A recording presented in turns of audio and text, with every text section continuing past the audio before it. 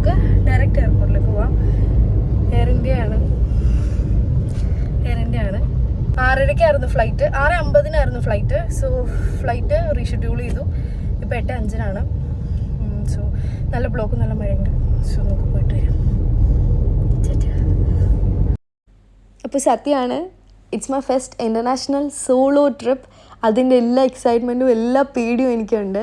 കാരണം എനിക്ക് ഫ്ലൈറ്റ് പണ്ട് മുതൽ സെറ്റ് ആവത്തില്ലായിരുന്നു. ടേക്ക് ഓഫ് മുതൽ ലാൻഡിങ് പ്രശ്നമില്ല, പക്ഷെ അതിൻ്റെ ഇടയ്ക്കുള്ള എല്ലാ കാര്യങ്ങളും എനിക്ക് ഭയങ്കര പേടിയായിരുന്നു. സോ പേടിയായിട്ട് എനിക്ക് ചിരിക്കാൻ പോലും പറ്റുന്നുണ്ടായില്ല. അച്ഛനും അമ്മയും കൂടിയാണ് എന്നെ കൊണ്ടുവന്നാക്കിയത്. കാലടി റോഡ് ഭയങ്കര ബ്ലോക്കായിരുന്നു. സോ നമ്മൾ ലേറ്റ് ആവുമല്ലോ എന്ന് വിചാരിച്ച് നമ്മൾ മലയാറ്റൂർ കയറിയാണ് പോയത്. അവിടെ ബ്ലോക്കൊന്നും ഉണ്ടായില്ല, പെട്ടെന്ന് തന്നെ എത്താൻ പറ്റി നമുക്ക്. അവർ ഭയങ്കര ടെൻസ്ഡായിരുന്നു, കാരണം തന്നെ പോകുന്നത് ഓർത്തിട്ട്. പക്ഷെ ഞാൻ പണ്ടും തന്നെ പോകാറുള്ളതുകൊണ്ട് എനിക്ക് വലിയ പേടിയൊന്നും ഉണ്ടായില്ല.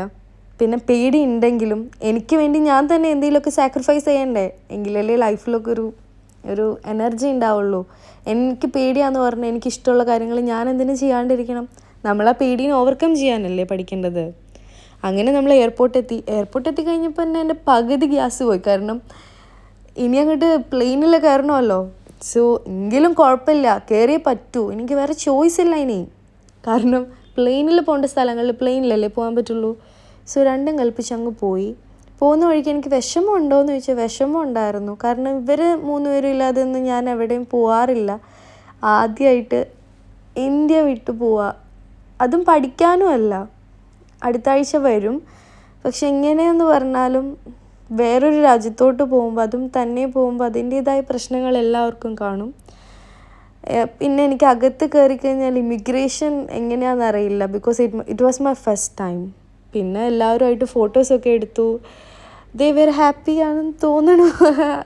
കരഞ്ഞൊന്നുമില്ല ആരും കരയാത്തതുകൊണ്ട് എനിക്കും കരച്ചിൽ വന്നില്ല. പിന്നെ അടുത്ത ആഴ്ച അങ്ങ് വരുമല്ലോ, പിന്നെ അങ്ങ് പോയി. ബാഗിലാണെങ്കിൽ ലാപ്ടോപ്പ് ഉണ്ടായിരുന്നു. സോ അമ്മ പറയായിരുന്നു അച്ഛൻ്റെ അടുത്ത് പതുക്കെ വയ്ക്കുക, അല്ലെങ്കിൽ ഇപ്പോൾ ലാപ്ടോപ്പ് പൊട്ടിപ്പോയനേലോ എന്ന്. പിന്നെ ഞാനങ്ങ് കയറി. അവിടെ സെക്യൂരിറ്റി നിൽക്കുന്ന ആളുടെ മുഖം കണ്ടാൽ തോന്നും നമ്മൾ ടിക്കറ്റ് എടുക്കാതെ അവിടെ പോയി നിൽക്കുന്നതാണ്. പിന്നെ ഞാൻ എൻ്റെ ബാഗേജ് ഒന്ന് റാപ്പ് ചെയ്തു.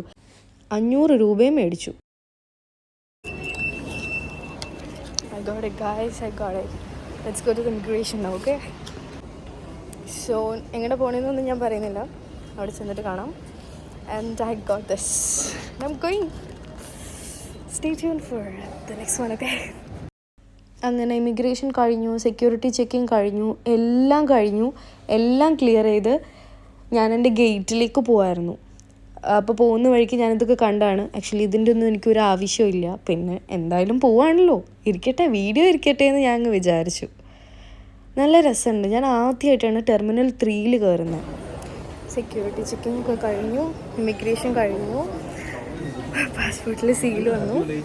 നൗ ഗേറ്റിലേക്ക് പോയിക്കൊണ്ടിരിക്കുകയാണ്. ഞാൻ ആദ്യമായിട്ട് terminal 3 that I'm taking my first solo international trip. So I was just waiting. I'll show you how it is. Look, ഞാൻ ആദ്യമായിട്ട് അതിങ്ങനെ കാണുന്നത്. ഗേറ്റ് നമ്പർ 2 ആണെന്ന് തോന്നുന്നു കേട്ടോ. എൻ്റെ നോക്കട്ടെ. അപ്പോൾ എല്ലാം കഴിഞ്ഞു. ബോഡി ചെയ്യാൻ വേണ്ടി ലുക്കാണ്. നമ്മൾ കുറച്ച് നേരത്തെ ആയിരുന്നു, 5:30, ഇപ്പം 5:45. ഇനി നമ്മൾ 7:30 എങ്ങാണ്ട് ബോർഡിങ് സ്റ്റാർട്ട് ചെയ്യുള്ളൂ. 7:30, 8:05 flight. I got this. Actually ഈ ഒരു ഇതിന് വേണ്ടി ഞാൻ വെയിറ്റ് ചെയ്തിരുന്നു, എൻ്റെ പാസ്പോർട്ടിൽ first seal. So I am very happy, very excited. ഫ്ലൈറ്റിൽ കയറുന്ന കാര്യം എനിക്ക് ചിന്തിക്കാൻ പോലും പറ്റുന്നില്ല. എനിക്ക് ഭയങ്കര പേടിയാണ്. പക്ഷെ ഞാൻ എല്ലാ ധൈര്യവും സംഭരിച്ച് ഞാൻ തന്നെ പോണു. ആക്ച്വലി എനിക്ക് നന്നായിട്ട് വിശക്കുന്നുണ്ട്. ഞാൻ ഉച്ചയ്ക്ക് 12 മണിക്ക് ഫുഡ് കഴിച്ചാണ്.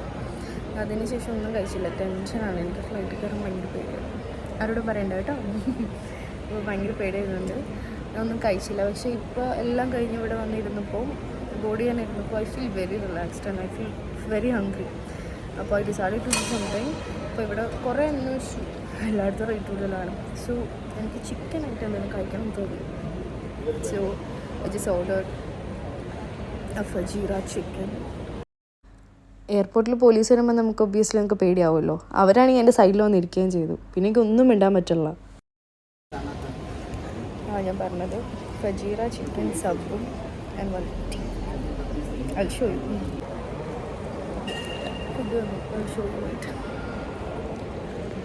ഞാൻ കഴിച്ചു. I was very starving.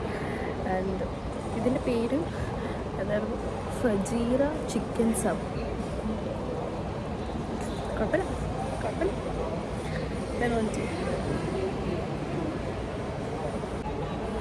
എനിക്ക് ഈ ബ്രെഡ് കലർന്ന് എടുക്കാൻ പറ്റുന്നില്ല. അതുപോലെ മെൽറ്റ് ആവുന്നില്ല.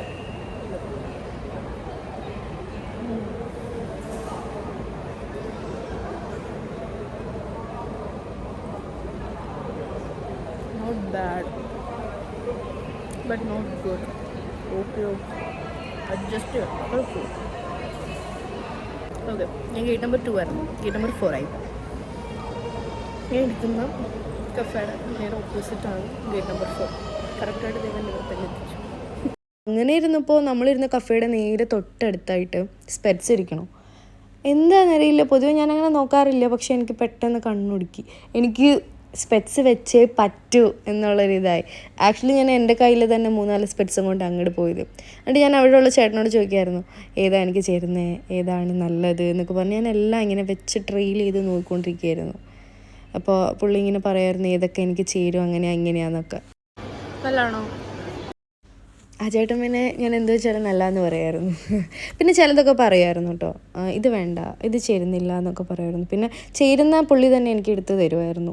എനിക്കെല്ലാം ഇഷ്ടപ്പെട്ടു, എനിക്കെല്ലാം മേടിക്കണമെന്നുണ്ടായിരുന്നു. ചിരിച്ചോ? അങ്ങനെ എനിക്ക് എൻ്റെ ക്ലാസ് പാക്ക് ചെയ്യുമായിരുന്നു. ഞാൻ ഒരെണ്ണം എടുത്തു, ഞാൻ കാണിച്ചു തരാം ഞാൻ ഏതാ എടുത്തതെന്ന്, അല്ലെങ്കിൽ നിങ്ങൾ കമൻറ്റ് ചെയ്യുക ഞാൻ ഏതാ എടുത്തതെന്ന്. അപ്പോൾ ആ ചേട്ടൻ ബില്ലടിക്കുകയായിരുന്നു. അവിടെ ഓഫേഴ്സ് ഉണ്ട്, പക്ഷേ എൻ്റെ ക്ലാസ്സിന് ഓഫറില്ല, എനിക്ക് പാകാവുന്നതിന് ഓഫറില്ല. അങ്ങനെ പിന്നെ ഒരെണ്ണം മേടിച്ചു. എന്തെങ്കിലും ഒരെണ്ണം മെമ്മറബിൾ ആയിട്ട് ആ സ്ഥലത്ത് നിന്ന് എനിക്ക് വേണമെന്ന് തോന്നി. ഞാൻ അങ്ങനെ ഒരെണ്ണം മേടിച്ചു. അങ്ങനെ ഇരിക്കും ഞാൻ വാഷ്റൂമിൽ പോയപ്പോൾ ഞാൻ അവിടെ ഒരാളെ കണ്ടു. എൻ്റെ അമ്മേൻ്റെ ഫ്രണ്ടാണ്. എനിക്കറിയില്ലായിരുന്നു, പക്ഷെ എന്നെ ആൾ ഭയങ്കര സ്വീറ്റായിരുന്നു. എനിക്കറിയില്ലായിരുന്നു. ആൾ എന്നെ ഫേസ്ബുക്കിൽ കണ്ടിട്ട് മിനിയുടെ മോളല്ലേ എന്ന് ചോദിച്ചു വരുമായിരുന്നു. And she was so sweet. അവർ വിളിച്ചു. So we can go to the flight, okay? So guys, all set. So നമുക്കിപ്പോൾ പ്ലെയിനിലേക്ക് കയറാൻ കേട്ടോ. സത്യം പറഞ്ഞാൽ പേടിയായിട്ട് പാടില്ല. കൈയും കാലൊക്കെ ഓൾറെഡി എ സിയിലാണ്, സെൻട്രലൈസ്ഡ് എ സി ആണല്ലോ അവിടെ. അതിന് മുകളിൽ ഞാൻ ഐസേജിലൊക്കെ പോയ പോലത്തെ ഒരു അവസ്ഥയായിരുന്നു. ഭയങ്കരമായിട്ട് തണുത്ത് വിറച്ച് നടക്കുമ്പോഴൊക്കെ വിറയ്ക്കുന്ന പോലെ തോന്നുക. എന്തൊക്കെയോ പിച്ചും പെയ്യൊക്കെ ഞാൻ തന്നെ വീഡിയോയിൽ പറയാം. അതാണ് ഞാൻ അതിൻ്റെ വോയിസ് ഒന്നും കേൾപ്പിക്കാതിരുന്നത്. പിന്നെ എൻ്റെ മനസ്സിൽ ദൈവമേ ഇത് നടന്നു പോകുന്നതിൽ ആരായിരിക്കും എൻ്റെ കൂടെ ഇരിക്കുക, ദൈവമേ ആരെങ്കിലും എൻ്റെ കൂടെ വേണമെന്ന്. അങ്ങനെ ആരെങ്കിലും ഇരിക്കണേ എന്ന് പ്രാർത്ഥിച്ച് പോയപ്പോൾ എനിക്ക് കിട്ടിയത് കാണണം. ആ റോയിൽ കംപ്ലീറ്റ് കാലി, ഞാൻ മാത്രം. എൻ്റെ ഫ്രണ്ടിൽ കുറച്ച് പേരുണ്ട്, ബാക്കിലേക്ക് ആരും ഇല്ല. ഞാൻ 26 ആയിരുന്നു, ആകെ 30 വരെയല്ലേ റോ ഉള്ളൂ. ആരും ഇല്ല, ഞാൻ തന്നെ. എന്നിട്ട് ഞാൻ അവരുടെ അടുത്ത് പറഞ്ഞു എനിക്ക് പേടിയാണ് എന്ന് പറഞ്ഞപ്പോൾ അവർ പറഞ്ഞു കുഴപ്പമൊന്നുമില്ല എന്ന് പറഞ്ഞു. ദൈവത്തിൻ്റെ അനുഗ്രഹം കൊണ്ട് എനിക്ക് ഒരു കുഴപ്പമുണ്ടായില്ല. ബിക്കോസ് ഞാൻ ഹെഡ്സെറ്റ് വെച്ചിരുന്നതുകൊണ്ട് എനിക്ക് ഒരു പ്രശ്നം ഉണ്ടായില്ല. ചിലതൊക്കെ അറിഞ്ഞു, പക്ഷെ ഞാൻ എന്നെ തന്നെ പറഞ്ഞു പഠിപ്പിച്ചു ഇറ്റ്സ് ഓക്കെ, കുഴപ്പമില്ല, എന്നെ കൊണ്ട് ഹാൻഡിൽ ചെയ്യാൻ പറ്റും, കാരണം ഞാൻ തന്നെയല്ലേ ഉള്ളൂ. സോ ഞാൻ തന്നെ ഹാൻഡിൽ ചെയ്തു. ഞാൻ ഇതുവരെയും ഫ്ലൈറ്റിൽ കയറിയിട്ട് ടേക്ക് ഓഫിൻ്റെ സമയത്ത് താഴെയുള്ള കാഴ്ചകൾ ഞാൻ ഇതുവരെയും കണ്ടിട്ടില്ല. പക്ഷേ first time in my life ഞാൻ കണ്ടു. ഞാൻ പേടി കൂടാതെ ഞാൻ കണ്ടു അത്. എനിക്ക് ഒരു പ്രശ്നം ഉണ്ടായില്ല. നല്ല മഴയായിരുന്നു, നല്ല ടെർബുലൻസ് ആയിരുന്നു. വീഗാലാൻഡിലെ റൈഡ് പോയ അവസ്ഥയായിരുന്നു. നോർമൽ ഫ്ലൈറ്റ് കയറിയിട്ട് കരഞ്ഞ ആളാണ് ഞാൻ, പക്ഷേ ഇതിൽ കയറിയപ്പോൾ ഞാൻ കരഞ്ഞില്ല. It was okay for me. ഞാൻ നല്ല നോർമലായിരുന്നു. ലൈക്ക് എന്താ ഞാൻ പറയുക, ഭയങ്കര ഹാപ്പി ആയിരുന്നു. അങ്ങനെ ഒരു 2-2.5-3 മണിക്കൂർ ഞാൻ ആ ഫ്ലൈറ്റിലിരുന്നു. താഴോട്ട് നോക്കി ഒന്നും കണ്ടില്ല. കുറച്ച് കഴിഞ്ഞപ്പോഴേ ഭയങ്കര ലേറ്റ്. ഡെസേർട്ട് പോലൊക്കെ ഒരു സ്ഥലം, ഡെസേർട്ടല്ല, ദുബായ് പോലത്തെ ഒരു സ്ഥലം പോലെ. എനിക്കറിയില്ല ഏത് സ്ഥലമാണ്, പക്ഷെ ഫുള്ള് ലൈറ്റ് കാര്യങ്ങളൊക്കെ. അങ്ങനെ പിന്നെ നോക്കിയപ്പോൾ ഞാൻ അവിടുത്തെ വിൻഡോ ഒക്കെ ടെസ്റ്റ് ചെയ്യായിരുന്നു. അപ്പോൾ ചെറിയ ചാഞ്ചാട്ടം. എയർ ഇന്ത്യ ആയതുകൊണ്ടായിരിക്കും, എനിക്കറിയില്ല. ഇനി ഞാൻ കാണിക്കാൻ പോകുന്നതാണ് ഞാൻ ആ പറഞ്ഞ സ്ഥലം. 3 മണിക്കൂർ കഴിഞ്ഞപ്പോഴാണ് ഫോണിൽ ടൈം ചേഞ്ച് ആയത്. അപ്പോൾ നാട്ടിലെ ടൈമിനേക്കാളും ഒരു 1.5 മണിക്കൂർ എങ്ങാണ്ടായിരുന്നു ബാക്കിലോട്ട് വന്നത്. ഇപ്പോൾ നാട്ടിൽ 12 ആണെങ്കിൽ ഒരു 10:30 ഒക്കെ ആയിരുന്നു വന്ന്. ഞാൻ താഴോട്ട് നോക്കിയപ്പോൾ നല്ല രസമുണ്ട്, പക്ഷെ എനിക്ക് കിട്ടുന്നുണ്ടായില്ല, എൻ്റെ വിൻഡോ അത്ര ക്ലിയർ അല്ലായിരുന്നു. സോ എനിക്ക് കറക്റ്റായിട്ട് വിഷ്വൽസ് ക്യാപ്ചർ ചെയ്യാൻ പറ്റുന്നുണ്ടായില്ല, പക്ഷെ കാണാനായിട്ട് എനിക്ക് പറ്റുന്നുണ്ടായിരുന്നു. സോ ഞാൻ ഉറങ്ങിയതേ ഇല്ല, ഞാൻ എണീറ്റിരിക്കായിരുന്നു ഓരോ മൂമെൻറ്റ്സൊക്കെ. ഇന്ത്യയുടെ ബോർഡർ കഴിയുന്നവരെ നല്ല ടെർബുലൻസ് ആയിരുന്നു, ഹെവി ടെർബുലൻസ് ആയിരുന്നു. പിന്നെ അങ്ങോട്ട് സ്മൂത്തായിരുന്നു, ഒരു കുഴപ്പമുണ്ടായില്ല. കുറച്ച് നേരം കണ്ണൊക്കെ അടച്ചിരുന്നെങ്കിലും ഉറങ്ങാൻ പറ്റുന്നുണ്ടായില്ല. പിന്നെ ലാൻഡ് ചെയ്തപ്പോൾ ഞാനിരുന്ന സൈഡിൽ ഒരു വ്യൂ പോലും ഇല്ല, സീ ആയിരുന്നു. അപ്പുറമായിരുന്നു ലാൻഡ്. അപ്പുറം ഇരുന്നവർക്ക് നല്ല കറക്റ്റായിട്ടുള്ള വിഷ്വൽസ് കിട്ടി, എനിക്കൊന്നും കിട്ടില്ല. ഞാൻ പറയായിരുന്നു ഇവിടെ ഒന്നുമില്ല, എല്ലാം അവിടെയാണ്, അങ്ങോട്ട് പോകാനും പറ്റില്ല. ലാൻഡ് ചെയ്യുമ്പോൾ നമുക്ക് സീറ്റ് എക്സ്ചേഞ്ച് ചെയ്യാൻ പറ്റില്ലല്ലോ. പിന്നെ എയർപോർട്ട് ആവാറായപ്പോൾ ഇങ്ങനത്തെ കുറച്ച് വിഷ്വൽസൊക്കെ കണ്ടു. ഈ വിഷ്വൽസ് കണ്ടു കഴിഞ്ഞാൽ നിങ്ങൾക്ക് ഈ സ്ഥലം അറിയാമെങ്കിൽ കമൻറ്റ് ബിലോ. ഓക്കെ, അടുത്ത വീഡിയോയിൽ ഞാൻ സ്ഥലം ഏതാണെന്ന് പറഞ്ഞു തരാം. ഓക്കെ.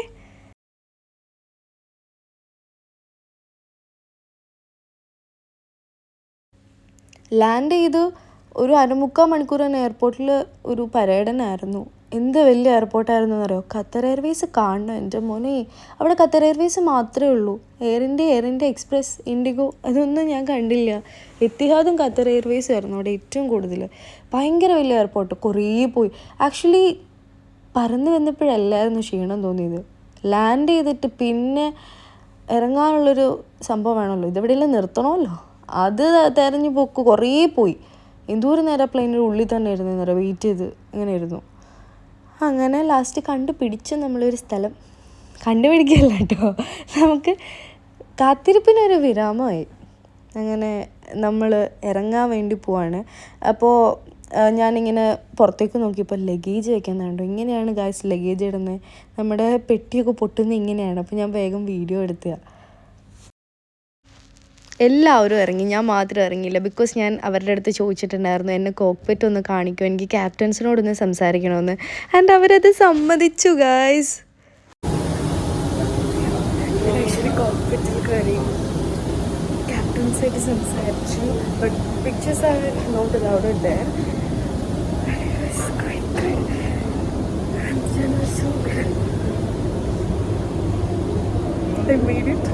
ആദ്യം ഞാൻ അവരുടെ അടുത്ത് ചോദിച്ചു എന്നെ ഒന്ന് കയറ്റുമോ എന്ന് ചോദിച്ചു. അപ്പോൾ അവർ പറഞ്ഞു ഇപ്പോൾ ബിസിയാണ്, പിന്നെ പറയാമെന്ന് പറഞ്ഞു.